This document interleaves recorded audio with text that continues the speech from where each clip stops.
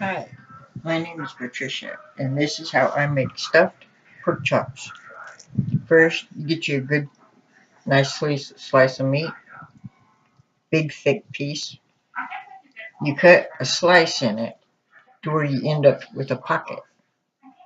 What you do then is you take your rice, which I'm getting ready to fix here. I take cream of mushroom, put in the rice, because see, the rice is what's going to stuff the pork chop. Excuse me. I've also add diced onions, bell peppers, mushrooms, and once you get this all mixed up, that's when you start to stuff the bell peppers. I love my bell peppers, but sometimes they don't always love me. You can see this better. Once you stick the cream of mushrooms into the rice, you stir it up. Chop bell peppers. You add these mushrooms, diced onions. I like a lot of this stuff mixed up in there. And you mix this up really good.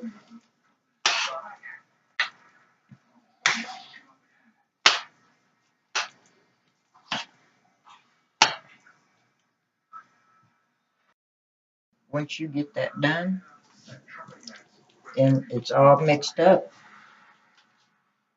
you take your concoction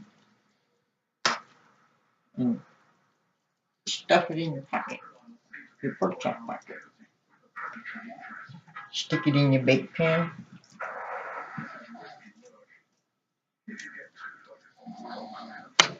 I've never made these for my husband before, so this ought to be a treat for him.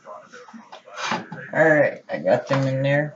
I always like to stick vegetables around it. Carrots, potatoes.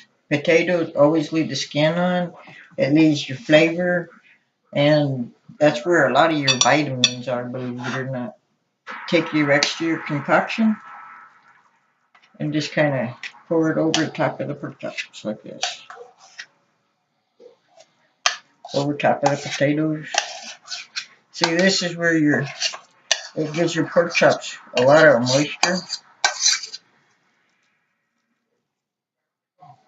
I kind of made too much, but the more the better. Leftovers. Always think leftovers. And you put this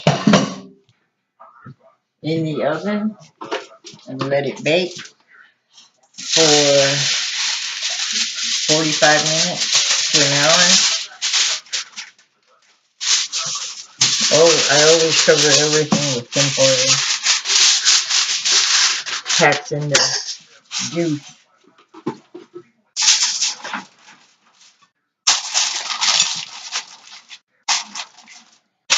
You put the oven on 350 and 75 minutes to an hour, and you will have dinner.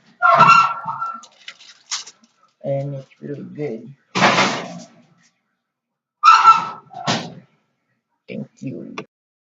And nothing goes better with stuffed pork chops than corn on the cob. I got this corn at Walmart for 50 cents a piece. When you can get a good deal like that, you're better to buy a bunch of it, stick it in the freezer.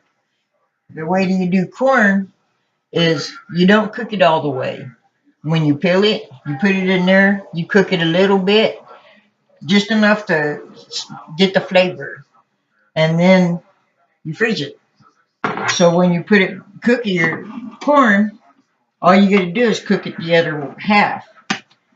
Now, with the pork chops, you let the pork chops cook for 45 minutes to an hour. You want to start the corn about halfway through that process of cooking the pork chops. So the pork chops and the corn are done at the same time. We love our freezer around here. So anytime you can get a sale, when we've been buying our groceries at Smith's, it's kind of like a Kroger's, and they have good meat and good sales.